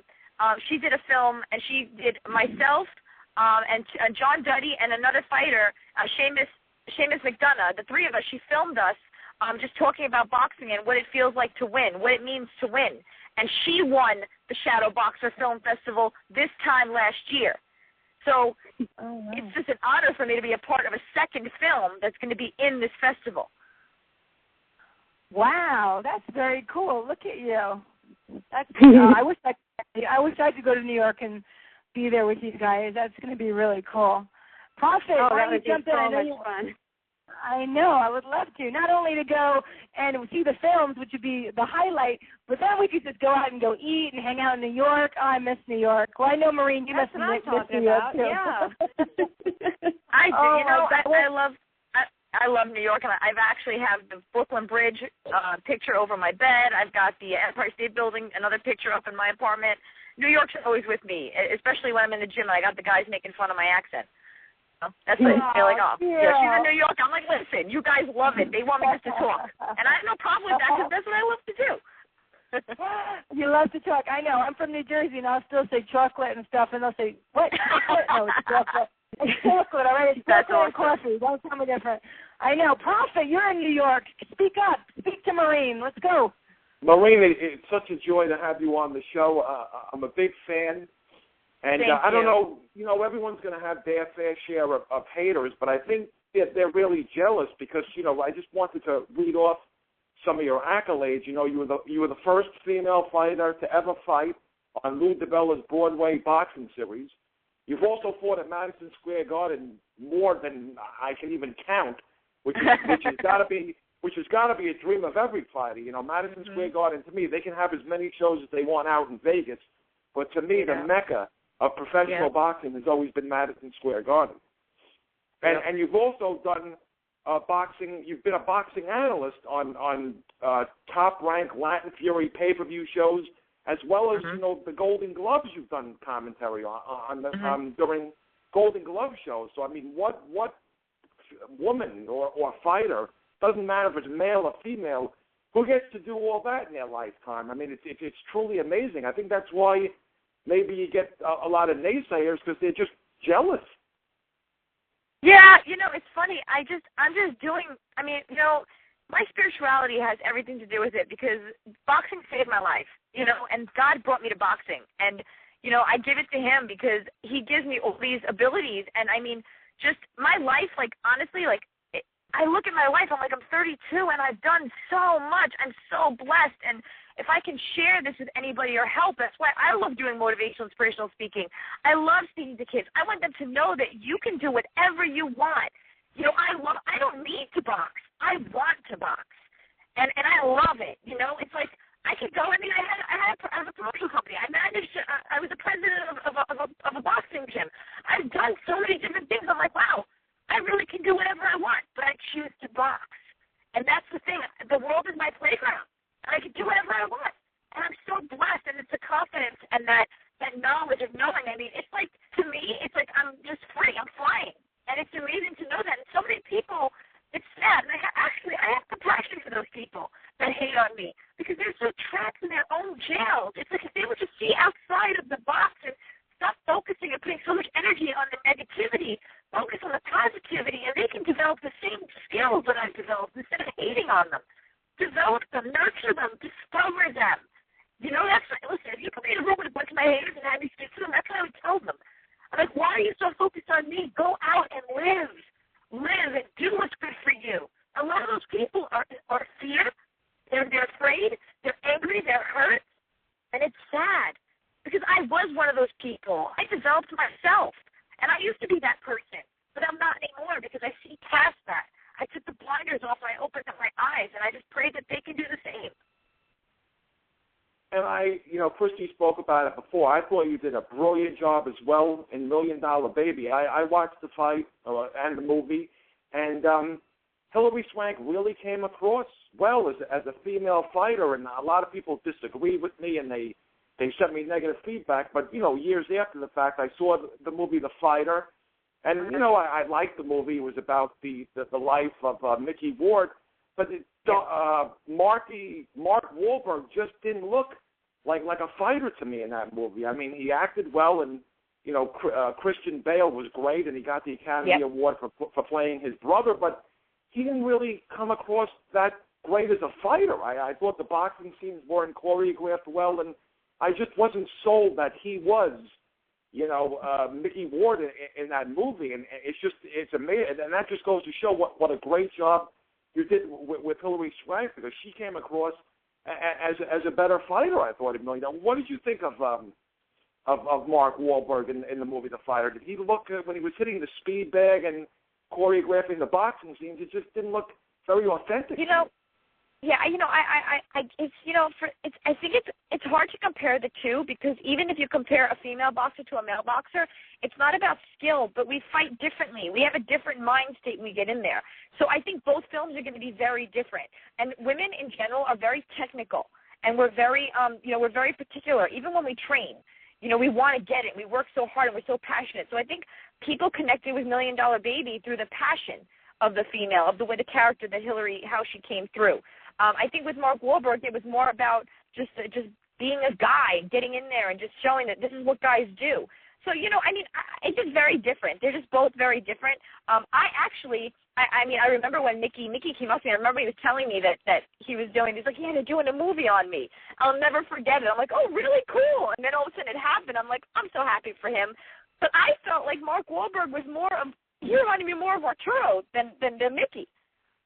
That's what I got. I don't know if it was because of the look or what, but I just didn't feel Mickey too much. I thought Christian Bale got Dickie down to a T, but I didn't feel Mark was Mickey. I just couldn't connect with that. Right, yeah, I couldn't really either. But as a hot-blooded male, it's no secret you're a very good-looking woman, and I've done my research, and correct me if I'm wrong, but you were nominated several years ago for the Sexiest Vegetarian Award. Is this fact or is this fiction? I was. It's crazy. I was. And it was crazy because I remember going on the PETA site, and I was, next to, Alicia Silverstone and, Paul McCartney, and I'm like, wow, this is pretty amazing. Yeah, I did. And that is also funny. One of Prophet. Hey, Prophet. Yes. Prophet just kind of talks sometimes over me. Prophet, I think that was very good research on that. I did not know that. Would it be horrible, though, if I got the Sexiest Meat Eater Award? What do you think? I would vote for you, Christy. Thank you. PETA's not going to put me up there, though, so sorry. But that's really cool to know, though. I was brought up with a vegetarian, so I get a little bitter sometimes that my mom deprived me for so many years. So I'm okay. So, Prophet, okay, go ahead. I didn't mean to disturb you. I just thought that was really cool. No. Well, Christy, Christy knows how beautiful I think she is, so that goes without saying. Prophet, it's so sweet. Well, we want to see you wear the Boxing Prophet robe, okay, when you go to their premiere. Don't forget it. Absolutely. Yeah. I'm going to wear my Boxing Prophet robe, and I'm going to cry watching this film. I cried during $1 Million Baby, and I cried during Balboa. So listen, that's a confident man right there. That's connected with his emotions. That's very attractive, Prophet. Very attractive. I know there are millions of people listening to the show right now. I'm a male who gets in touch sometimes with his feminine side. I actually watch soap operas. Maybe I should be divulging this information, but. All right, that's a little too much, Prophet. We don't want to hear that you watch soap operas. Listen, I'm just playing. No, that's okay. That's okay. With all of Maureen's accolades, I think one of the greatest accomplishments of her career was, and I remember I want to say it's 5-6 years ago, you were on an MTV show, and you took a girl with no fighting experience whatsoever. You trained her for 6 weeks, and she actually won an amateur fight. To me, that's astounding. Can you tell us more about that? Well, yeah, I went to Jackson, Tennessee, and I trained a girl named Whitley Miller, and she was a ballerina, and she was a senior in high school, and she wanted to learn how to box for her independence because she was always around, her friends, and she's a girly girl and stuff like that. And so I met her, and I trained her, and it was amazing because what's the best part of that, with all these blessings that I've been given to be able to help people or connect with people or just share my gift, Whitley is like one of my closest friends to this day, and just watching this young woman just grow and learn and knowing that I had a small part in who she is today is just amazing to me. That's a gift in itself. And she trained for 5 weeks actually. I was gone for one of those weeks. She trained for 5 weeks. I went out there, I was with her, and it's not easy. That's the thing people don't understand. They see it, they're like, oh, I'm like, no, you don't understand. I told MTV, I just want you guys to know, not that I'm taking anything away from any other sport, but I'm not teaching this girl how to play baseball. I'm not teaching this girl how to rollerblade or skateboard. This girl's going to get punched in the face. She has no idea what she's in for, and I hope you guys understand what this takes because this girl's life is in my hands. And there was moments where I told the camera, I'm like, listen, you just shut this off for a second. I know you want to get this, but this girl's life is in my hands, and I need to make sure she's okay because this isn't a joke. And they were like, okay. So everything that people got from that show, and they can find it. It's still on. It was 2008, and actually I was nominated Toughest Maid Coach because, it was some experience. And, but now Whitley, she's been out to New York. I invited her out to New York, and she spent a week with me out there when she graduated high school. And then she's been out to California when she graduated college, and she spent a week with me here. And we're still in touch. And, she's an amazing woman. And just to know that boxing, and just that helped her so much to become who she is today. She's not afraid anymore to step out of her comfort zone because she did it. And she did it in the most extreme way in front of tons of people and TV. That's awesome. The show was called Made, wasn't it? Yeah, it was MTV's Made. And they can find it on the MTV website. If you just or if you Google Maureen Shea MTV, they'll see the episode. You can watch the episode. Well, it says a lot to you, about you that, you keep making these friends. Like, you're in situations and you have these lifelong friends, and that's very special, Maureen. I just want to tell you that. Thank you. Thank you. You're welcome. You're still going on, or I think Maureen has to go back and train. You still with Joseph Danik? I am. I'm here at Knuckleheads right now because the guys are sparring, and he wanted me to check out some of the sparring, to watch one of the guys spar. Yeah, I like to watch, and I pick up some little tricks and stuff. So, yeah, that's my second home right here. That's my family. I love these people. Yeah, I like him. I like Joseph. He's pretty cute too. I just gotta say, just off the record here, but no one's listening, right? But yeah, he's a good coach, isn't he? You seem to get along well. Yeah, he's really great. I've been blessed to work with some really amazing coaches, but now where I am now to be with Haas, it's like, it's just exactly where I'm supposed to be with the person that I'm supposed to be with, and it's amazing. And even my team's amazing, and even working around Victor Ortiz, he's a good person, he's a friend of mine, and it's just so nice to be around the humility, the honesty, and being here, you're able to be raw. I can be me here, and it feels so good because nobody here judges, they love you, and that's what's the beautiful thing. They're a team. That's awesome. So is Victor training with, that's how he calls himself Haas. Are you training with Haas now? Yeah, Haas, he trains with Danny Smith, but yeah, Haas is his assistant coach in the corner. Well, very cool. Well, if Victor or you talked about Mickey Ward, any of these guys want to come on and talk to us, we always enjoy good fighters like Maureen. So Maureen, you go by Irish Shea or the real $1 Million Baby? Which you prefer? Oh, God, they've given me so many different names. People call me, they call me the Bronx Bombshell, I remember Joe Antonacci called me the Kerry Kid in one of the fights in Madison Square Garden, but people call me the real $1 Million Baby. I just, listen, as long as they know my name and they can call me whatever they want, as long as they start right. Exactly. Well, before you two go, I have to ask your opinion. We have Manny Pacquiao and Brandon Rios fighting this weekend. Who are you going for, Maureen? Oh, it's so funny. I'm actually, I think Manny's going to be great. It's a really interesting fight, and watching the 24/7, it was really interesting. And I'm more of a I like to analyze the fight. I like to look at the two styles and the matchups and what Brandon would have to do to beat Manny and what Manny would have to do to beat Brandon. But I'll tell you, I think Brandon's coming in there. He's hungry, but I've seen what Manny's done, and if Brandon doesn't land that good shot, like a Marquez shot, he's going to be in for a long night, and it's not going to be a good one. So what does Manny have to do to beat Brandon? Because we know Brandon's going to come in, he's going to really pressure, he's nonstop, and nothing will stop Rios unless he gets stopped or the referee stops him. Yeah. What does Manny have to do strategically to beat Rios? Well, if Brandon comes in fighting like Ricky Hatton, we all know what happened to Ricky Hatton. Mm-hmm. And so, I think that Manny has to do exactly what he did with Ricky Hatton. If he's going to come in with a guy who's going to try to bully him, try to pressure him, and Ricky Hatton's pretty tough too. He came forward. Ricky Hatton's got some speed. He's got pop, and Manny knew what to do. And Manny just has to stick to that. And I know he said it. That's what I love about Manny Pacquiao. After his last fight, he's like, I got caught. Like, what do you want me to do? Like, I got caught. Now I have to make sure I don't let that happen again. So what does he have to do? He can't let that happen again. And he knows what to do. He's so smart, and I think it's going to be an amazing fight. Every time I watch him fight, I'm just always amazed. And I've liked him since the Miguel Cotto fight, before anybody really even knew, and they were like, oh, yeah, who is this? Before all that. And I'm like, watch him. He's just amazing because he's smart, he's fast, he knows how to use his abilities, and he's calculating.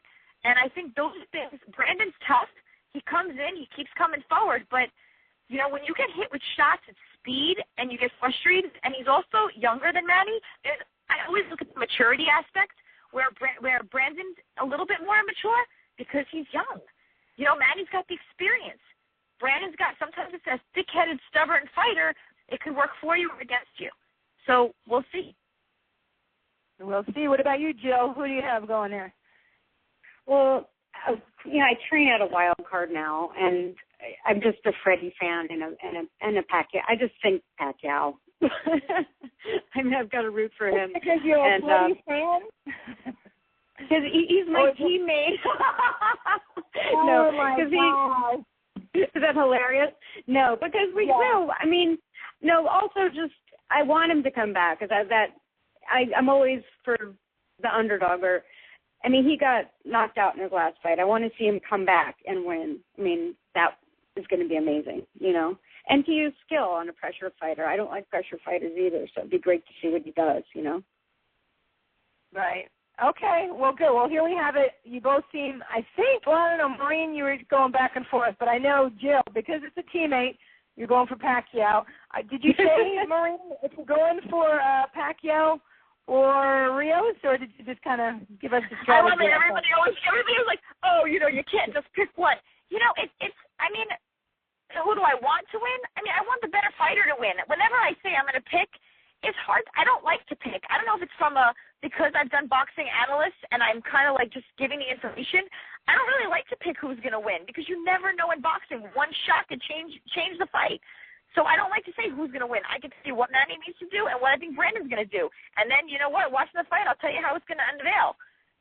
But either way, I think it would be great for Brandon because he's a tough guy. He's young. He wants to make his mark. I think it would be great for Manny because he wants to come back. He wants to avenge that loss against Marquez and know that he still has it in him. So, I like to see the fighters, just whoever is going to succeed. I don't know if people consider that a cop-out, but I can't. I don't know. That's a political answer. That is a political answer, but we will. It's okay because I want to ask you, Maureen. Did I tell you you're running for president too? No. Oh, you're right. I was going to ask you, what is next? Are you fighting next? Are you running for president? What the heck's going on? No, I'm fighting. I'm fighting. I'm still fighting. I got a couple of years left in me, so. You do. And do you have a fight coming up, or do we know who you're fighting?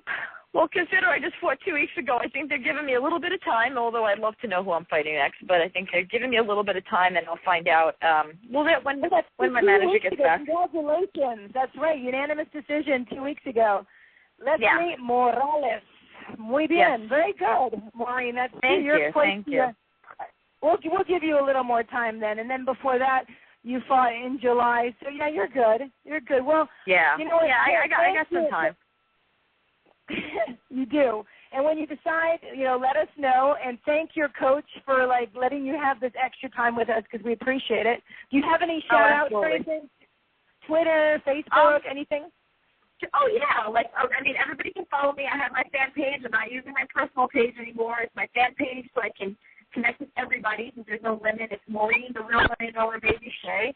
I have Twitter, Maureen Shea, my Instagram. I'm putting up pictures. I respond to everybody. Anybody wants to reach out, any questions or anything, I'm available and I'm here. And I just love to share my gifts with whoever is interested in learning about it. Very good. Awesome. And what about you, Jill? Do you have any shout-outs or Twitters or tweets or anything that you want to put out? Sure. I mean, they could follow the Twitter at Jill Morley, but I'd love for them to go to fightlikeagirlthemovie.com, and they can join our fan page or follow our Twitter, watch the trailer, and read about all the girls. That would be great, fightlikeagirlthemovie.com. And thanks so much, Christy. It was really great, talking to you and having Maureen here, too. It felt so good. It was nice. Thanks. It's so nice. Thank you, Jill Morley and Maureen Shea. Thank you both. Prophet and I enjoy it. Right, Prophet? Thank you. Thank you, Prophet. That was great. We'll see you in New York. Sounds great. See you guys soon. Take care. Thank you. We're going to go to a commercial. We'll be right back with more Real Combat Media Boxing Radio talking about Pacquiao Reyes. We're going to talk a little bit about Andre Ward and Edwin Rodriguez when we come back. This is Real Combat Media Radio. Check us out at realcombatmedia.com. While you're there, check out the Feed the Poor link on the bottom of every article, and you can send a donation if you're interested. That is, once again, on the bottom of every article as well as on the top of the website.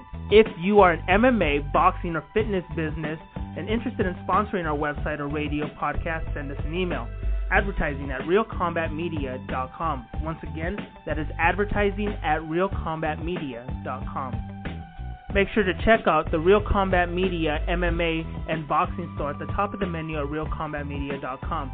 We carry a collection of products. We have the Cardio Mask, which is excellent for all fighters, endurance athletes, and serious fitness enthusiasts. Once you are in the Real Combat Media store, click on the banner on that page. We also carry Alpha Brain. Alpha Brain is a great and natural product which activates your brain's neurotransmitters and helps you think more clearly, which improves brain function. You can also purchase the world's healthiest plant protein, which comes from hemp.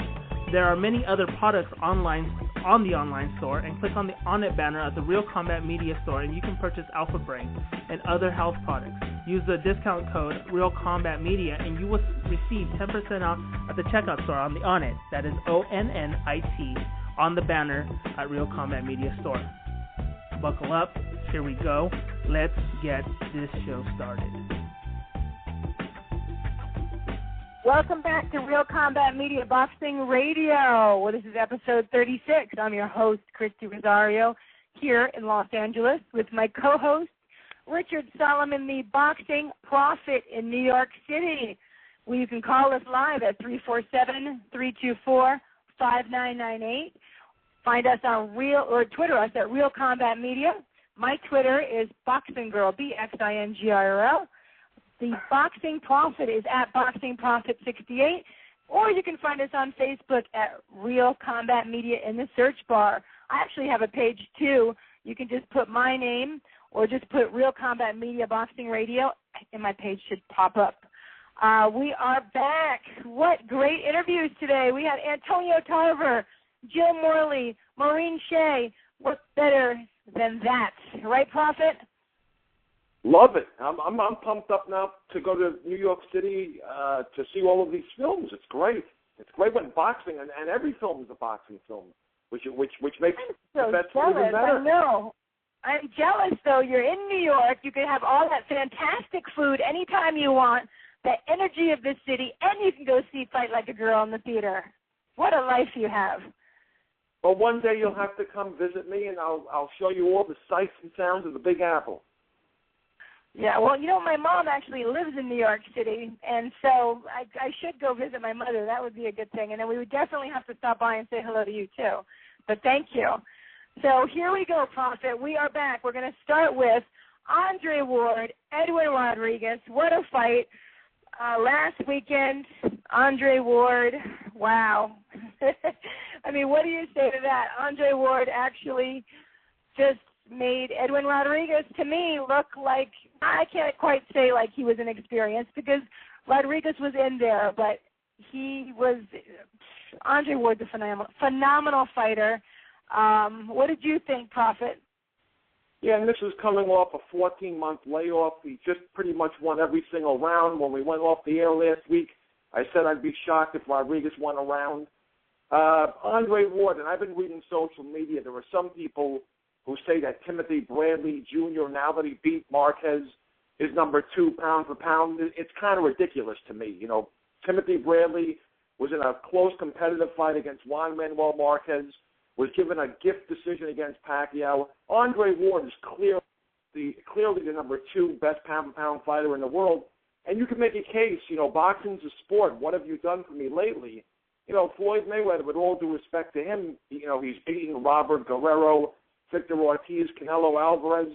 Look at what Andre Ward's accomplished. He single-handedly cleaned out the super middleweight division with decisive victories over Miguel Kessler, Arthur Abraham, and Carl Froch.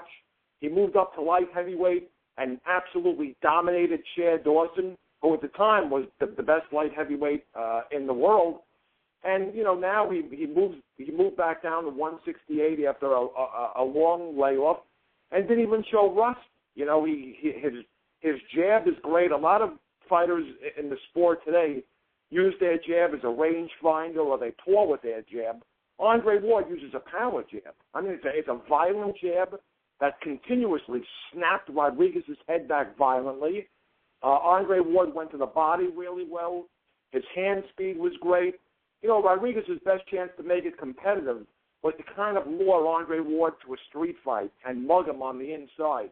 In Andre Ward's 2 toughest fights as a pro, in my opinion, they both came against Saki Albika and Carl Froch, respectively. I had Ward winning 8 out of the 12 rounds in both of those fights, but Ward didn't really like mixing it up on the inside in those 2 fights. And Rodriguez tried to in the first half of the fight. He continuously fouled Ward. He held Andre Ward. And it got to the point, Christy, and you'll get a big laugh out of this, referee Jack Reese, who he interviewed on the show last week, and you never see this in boxing, he took away 2 points off of both of their scorecards in round number 4 because I believe Ward was holding them, and then I think Rodriguez made contact with Reese, grazed him with an elbow or a left hook.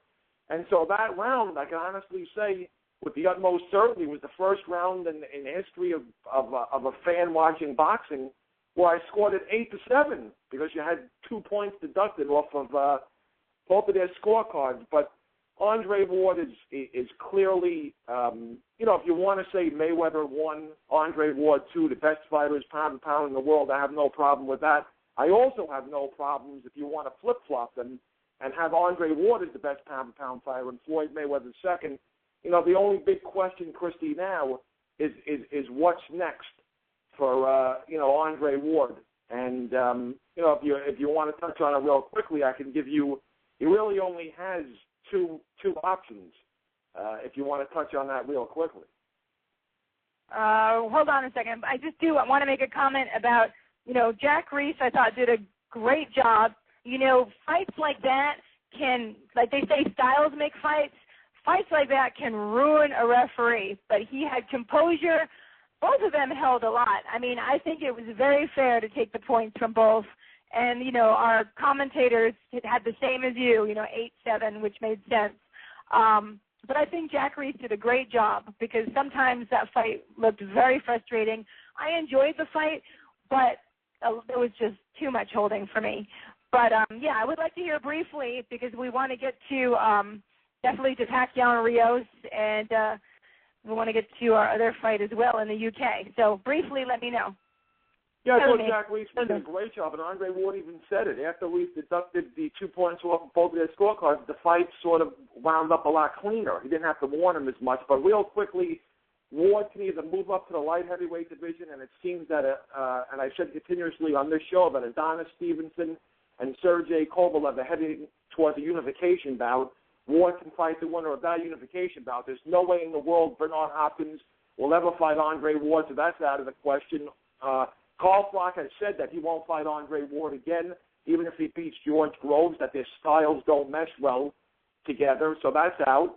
And the only other fight that makes sense for him, and you got to give it a year to marinate, is Triple G. If Triple G keeps on knocking out 160-pounders, eventually he'll get to Sergio Martinez, and if he can knock out Sergio Martinez, then move up to 168, we have a bona fide super fight, and it's Andre Ward against Triple G, and I think that'll happen with all the with all the backing of the fans. I'd be shocked if Ward and Triple G don't fight sometime in either late 2014 or early 2015. Well, according to Abel Sanchez, Triple G's coach, he told me that Sergio Martinez is not going to fight Gennady. It's just not going to happen. And and Abel said, he's right. He shouldn't fight him. He needs his one more big payday and get out of there. But yeah, he agrees. Sergio shouldn't fight him, even though they want to. And we heard Gennady, Triple G. He wants to fight Andre Ward. So, it'll be interesting because they are both great fighters and tough, and that would be a fight that I would even maybe, I don't like pay-per-view because I think it's ridiculous and I hate paying for it, but I would pay to see that fight. Absolutely. I agree wholeheartedly. All right, well, let's move on. Let's go to this weekend we have Carl Froch against George Groves. So George Groves has won 19 fights, KO'd 15, never lost. And then we have Carl, he's won 31, 22 KOs, and he's lost twice. How do you see this fight? George Groves is undefeated. He's loved in England. It's England's dream fight because you have both guys are from, the country. But to me, Groves doesn't have the resume and the experience to keep it competitive. He does have punching power, but, he's only fought two name opponents, James DeGale, who he won a majority decision over, and Glenn Johnson, who's way past his prime, as we all know.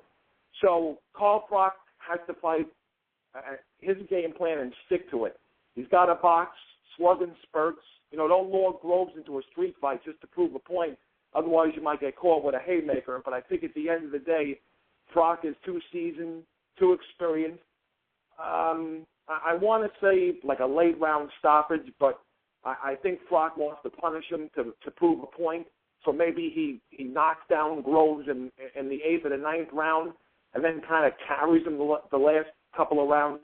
So I see Carl Froch winning an easy decision in a fight that should be entertaining because, it is, like I said, it is in England and he does want to prove a point in this fight. So I think he'll win probably 9 out of the 12 rounds and cruise to a decision victory in a fight that'll be entertaining in spots. All right. Well, what could happen that could turn it around and that you would say George Groves would win? Is there anything that, that could have happened? Or do you just have just a prophecy?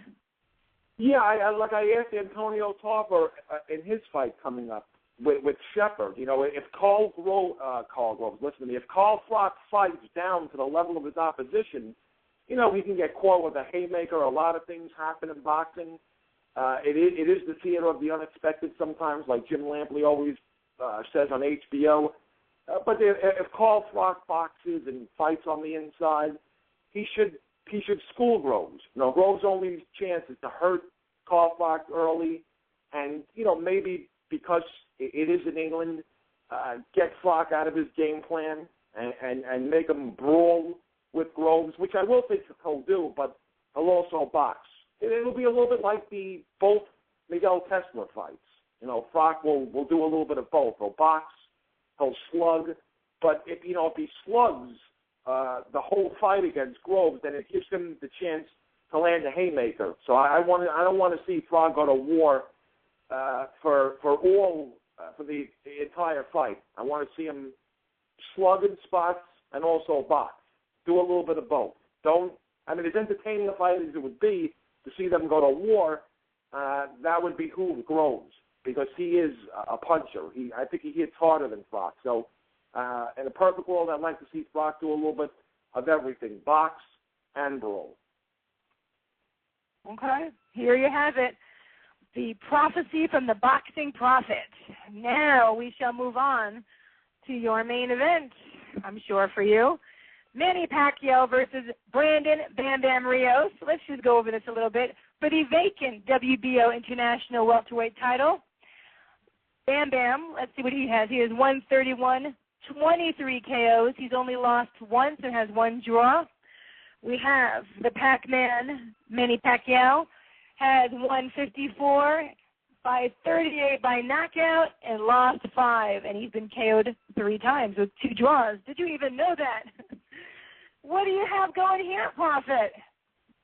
Yeah, I kind of think it's a competitive mismatch. You know, I can't get a good read on Brandon Rios' body language. It seemed from, you know, the face-off with Max Kellerman to the 2 episodes of 24/7, he seems like Robert Guerrero and Victor Ortiz were before they fought Mayweather. Like they're just happy to be there, like they want their 15 minutes of fame. I don't know if Rios' heart and soul are into this fight, and he's a warrior, and all of his fights are exciting, and I do think he'll show up to win. But and I'm no Freud, you know, I'm no psychologist or whatever, but there's something in the back of my mind that says Brandon Rios knows that he's in it for a payday. And I think Manny Pacquiao is just going to, you know, destroy him. I think people in boxing, sometimes they take a look at records, and you see Manny Pacquiao has 2 losses in a row, and they say to themselves, just because they see the L on the record that he's finished, that he's past his prime, and it's crazy. You know, he defeated Timothy Bradley. I watched the fight 3 times. Worst case scenario, it was 8 rounds to 4 for Pacquiao, but the judges somehow gave it to Bradley. And in the Marquez fight, you know, I watched it several times. He, on my scorecard, was winning the fight. I thought he won 4 out of the 5 rounds. The only round I had him losing was the 3rd round where Marquez knocked him down. And then he went for the knockout. He wanted to prove all the critics wrong, that he was better than Marquez, and once and for all knocked Marquez out. And he got caught with a right hand. And that was the end of that. You know, how will he handle Brandon Rios' punches? That's the big question. Let's not forget that Brandon Rios is moving up a weight class, so I don't know if he'll bring that power with him. Brandon Rios at times can be a master of cutting off the ring. It would behoove Manny Pacquiao to box. Freddie Roach said it this past weekend on 24/7. We're going to box this kid, and if the knockout comes, it comes. I think Manny Pacquiao is taking a calculated risk if he brawls with Rios for 12 rounds or as long as it goes, only because Brandon Rios is a warrior, and he sort of doesn't know the meaning of the word defense. And, you know, he basically is the type of guy that'll, you know, fight to the death. But if you take a look at Brandon Rios' career, earlier in his career when he fought his first world title, Miguel Acosta gave Brandon Rios a boxing clinic till Rios started cutting off the ring. He overcame adversity and won that fight. Mike Alvarado, the rematch. Alvarado boxed beautifully and won that fight. Rios couldn't really cut off the ring. And in a fight, people, including myself, thought that he got a gift decision against Richie Abril. Abril boxed magnificently and won that fight. They gave it to Rios. But I think for as long as it goes, it should be exciting. I want to see Manny slug, but I think it's in his best interest to box. At the end of the day, I don't think it'll go to distance. It'll be exciting, but I like Manny Pacquiao to stop a game but outclass Brandon Rios in probably the 7th round, I would say. Manny Pacquiao in 7. He's too skilled for Brandon Rios. Well, you know, when I went to see the documentary about Robert Garcia, Mikey Garcia, Brandon Rios was in it, and they had the screening. We were there at Building Champions, Los Garcias, the documentary. I asked Brandon, and I said, well, you know, asked him, do you plan on stopping Pacquiao? And he said, yes, I'm going to knock him out. Even his trainer, you know, Senor Garcia, said, yeah, we'll take our time, probably in the later rounds. Brandon Rios says he's going to KO Manny Pacquiao. So I thought that was quite interesting because he's very sure of that. As far as the HBO 24/7, you know, I like watching those because I just enjoy seeing, you know, the ins and outs of the real people. But, man, doesn't Brandon Rios swear a lot in front of his kids? That he does, and that, and I like the fact that he's not sort of like a fraud. He is who he is, and he said that out of the ring and inside the ring, he's a clown and he swears, and I guess he does curse a little bit. But I was born and raised in Brooklyn, so my parents have been swearing and cursing in front of me since I was like 2. So I'm kind of used to it. Oh, my God. I'm losing my voice now. Oh, my God, look at how you came out, Prophet. No, I mean, it's fine. I mean, I'm not really into swearing in front of kids, but I did like his wife a lot because she was very calm and very sweet, and she said she tried and tried, but like a little kid, when you tell them not to, they do it more. And she said what you just said. She said he's the same Brandon in the gym that he is at home, and so he's real, and I do like that real aspect about him. Not quite the swearing, but I do like that he's a real guy and he's not putting any facade on for the cameras. So no, I he think certainly so. isn't. But I also want to reiterate, and I can't stress this enough. To me, the most interesting aspect of the fight will be the post-fight interview.